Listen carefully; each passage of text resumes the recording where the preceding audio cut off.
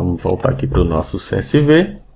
Se você quiser, você pode usar outros atributos, tá? Por exemplo, como departamento, telefone, estado e província. Mas para esse tipo de migração em MAP, você só precisa desses 3 atributos, que é o email address, o username e o password.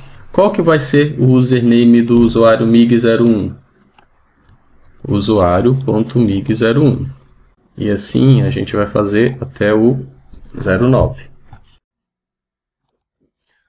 Uma dica que eu dou para quando você for fazer esse tipo de migração, quando o seu cliente ele tem muitas caixas de e-mail, é você fazer lotes com um número baixo de caixa de correio dentro de cada lote. Eu costumo fazer lotes de migração com 50 e 100 caixas de e-mail em cada lote. Isso porque fica melhor para você gerenciar os lotes de migração. É mais fácil você tratar um lote de migração que deu erro que tem entre 50 e 100 caixas do que você tratar um lote inteiro que tem 1000 caixas. Quando uma conta de e-mail ele dá problema na migração, você consegue deixar as outras migrando e tratar somente aquela que deu problema. Quando você tem um lote muito grande, fica horrível de você fazer essa gerência. Isso eu estou falando por experiência própria. Antes eu criava um único lote lá, por exemplo, com 1000 caixas. E aí eu tinha um problema ainda maior, porque o Exchange ele só me deixava tratar a caixa com erro na migração somente depois que ele finalizava todo o lote de migração. Eu não conseguia tratar o erro antes de finalizar o lote. Hoje nós estamos no melhor do mundo. Eu não preciso mais esperar finalizar o lote de migração para tratar uma caixa com erro, né? Mas a gerência de vários lotes menores facilita a sua vida na migração. Continuando aqui no nosso CSV, o que a gente vai fazer? A gente vai deletar as linhas 1, 2, 3 e 4. Vamos excluir. E assim vai ficar o nosso CSV. Eu vou fechar. Ele pergunta se eu quero salvar o meu CSV. Eu vou pedir para salvar. Ele pediu para salvar como um novo arquivo, eu vou trazer ele como V2, então a gente tem um arquivo baixado e temos o nosso CSV modificado com o final de V2. De volta aqui no Wizard de criação do lote de migração, eu tenho aqui embaixo o botão de importar arquivo CSV. Eu vou clicar nesse botão. Vamos selecionar o nosso arquivo de migração. Vou clicar em abrir. A partir do momento que eu mandei procurar o arquivo CSV, selecionei ele faz uma leitura no meu arquivo CSV.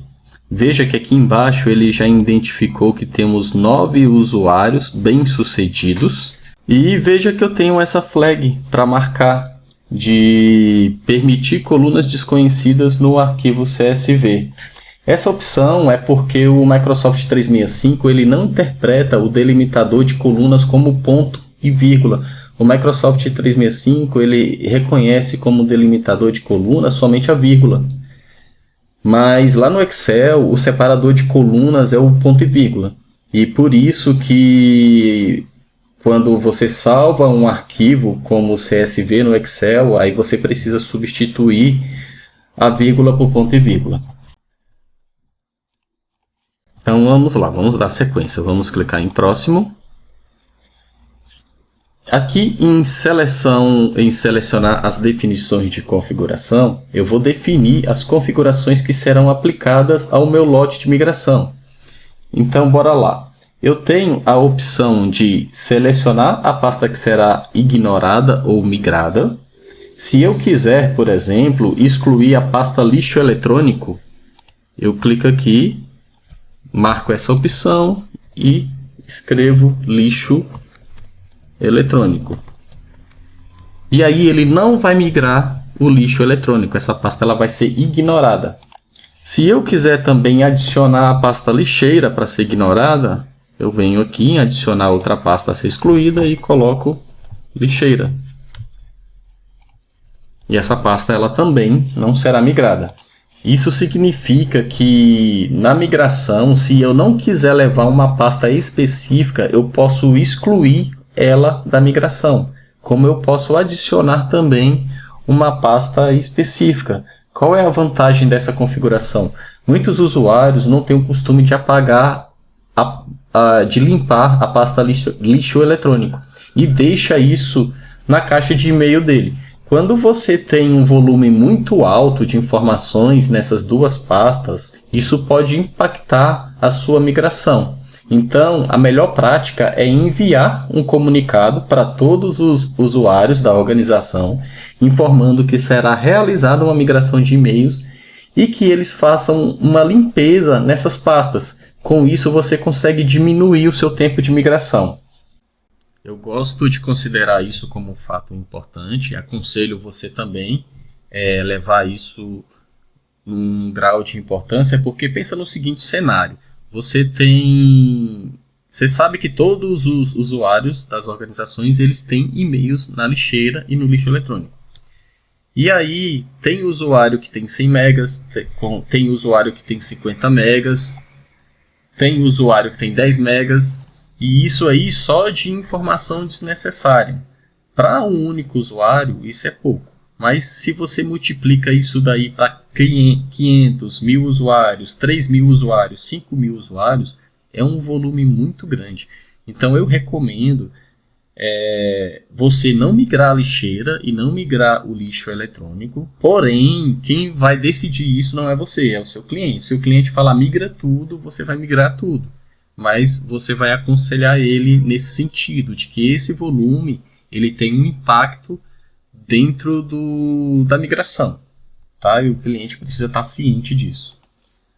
Então nós não vamos excluir nada, nós vamos migrar tudo, né? E vamos clicar em próximo. Aqui ele vai adicionar automaticamente o e-mail do usuário que está criando o lote de migração como um contato para enviar o relatório final do lote de migração. E aí eu tenho algumas opções para iniciar o lote de migração.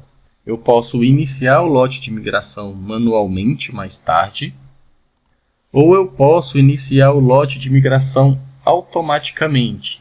Assim que eu clicar no botão salvar, esse lote de migração ele já vai ser iniciado. Ou ainda eu posso agendar o início da migração de um lote em determinado dia e horário. Aqui para mim, quando eu clico, né, nesse iniciar o lote de migração, aí ele me abre a opção de eu selecionar a data e o horário que eu vou startar essa migração. E aí, aqui eu tenho uma outra dica importante, e essa ninguém conta, que você só aprende no curso com o Douglas.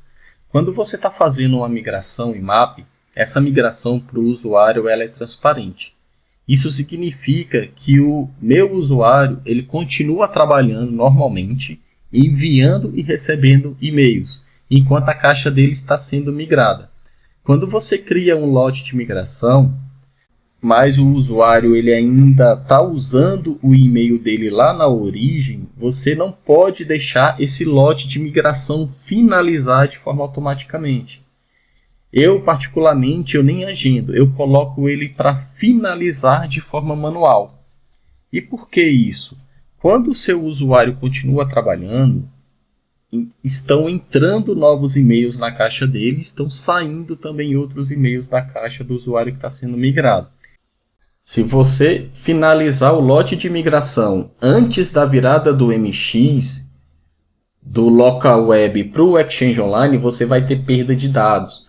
Quando um lote de migração ele é finalizado, ele para de sincronizar com a caixa na origem. Quando você não finaliza esse lote, né, e deixa ele para ser finalizado de forma manual, o Exchange Online de tempo em tempo ele se conecta na caixa lá na origem e migra só a diferença. É só aquilo que está faltando que ele vai migrar. É o que a gente chama de migração incremental. Sincronizou 100% das caixas, você marca para o seu cliente a virada do MX. O lote ainda continua comunicando com a caixa lá na origem, porque se cair e-mail lá, o Exchange vai lá e busca aquele e-mail que está faltando. Normalmente, quando você marcar essa virada do MX com o seu cliente, você vai marcar por um fim de semana, ou então uma sexta-feira depois das 18 horas. Tem que ser um momento em que ninguém está mais trabalhando, que não tem mais ninguém enviando e-mail. Ele pode até receber, mas ele não pode estar enviando. E aí você aponta no DNS do seu cliente o MX para o Exchange Online como prioridade 0. E você tira o MX que está apontando para o local web ou para o KingHost, ou seja lá para onde for. Assim como a gente fez lá nos nossos registros de DNS apontando para o Exchange Online, você vai fazer a mesma coisa com o seu cliente. Você vai tirar o MX do local web, né, e vai apontar para o Exchange Online.